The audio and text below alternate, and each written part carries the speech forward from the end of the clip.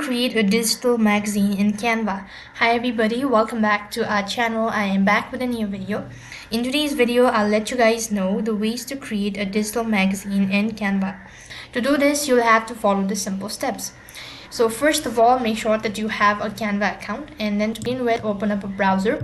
And next thing you want to do is type in www.canva.com, create magazine -cover. When you go to the direct template, you'll be able to find the direct ways to create your template or digital magazine. So this is one of the template that is available in Canva. So I'm going to click on start designing a magazine cover.